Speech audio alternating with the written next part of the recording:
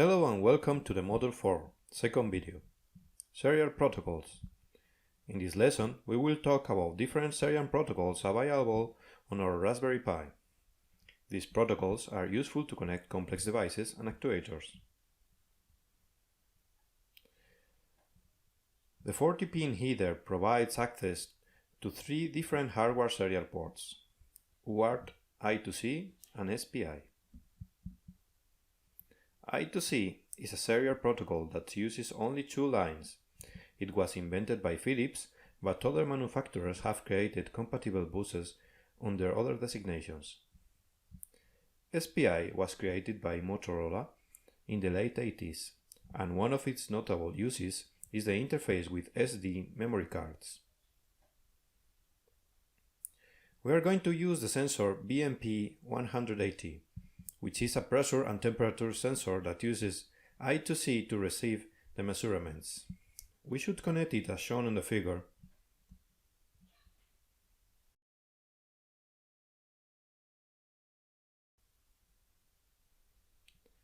In the Raspberry side, we must activate the I2C driver. We do it on the Raspberry Pi configuration console.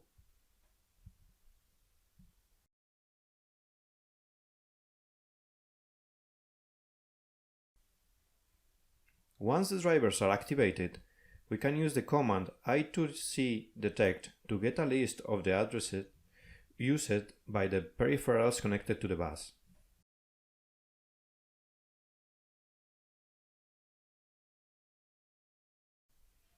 To use the pressure sensor, we are going to download the drivers from GitHub. We are the following commands to use to download and install them.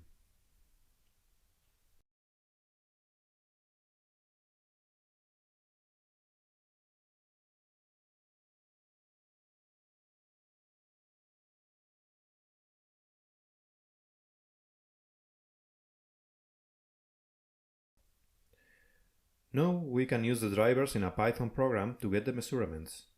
As always, first we import the libraries, then we instantiate the sensor and store it on the variable sensor, and finally we use the driver methods like read temperature or read pressure to get the measurements. If we execute this code, we see these following results.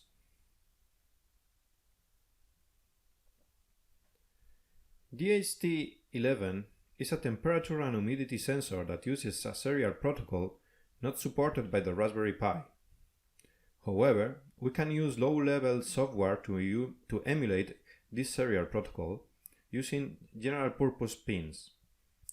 We will connect the sensor as shown in the figure. A 10,000 ohm resistor is needed as pull-up.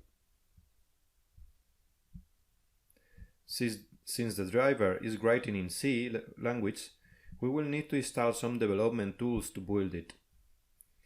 We use the git clone to download the code and use a Python script to build and install the driver. The following code uses the driver to access the information recovered by the sensor. Sensor should be set to one of the models supported by the library.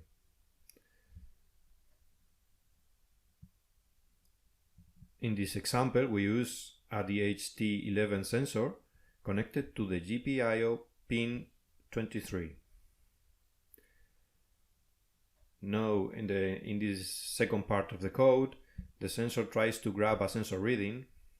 We use the read retry method. We'll retry up to 15 times to get the sensor, waiting 2 seconds between each retry.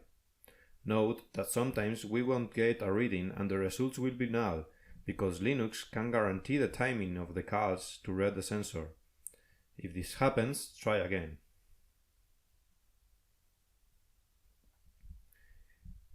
In this lesson, we have seen several serial protocols that can be used with our Raspberry Pi. Also, we have used I2C to read a pressure sensor and a custom protocol to read an humidity sensor. In the following chapter, we will see how to configure and use the Raspberry Pi camera. Thank you and goodbye.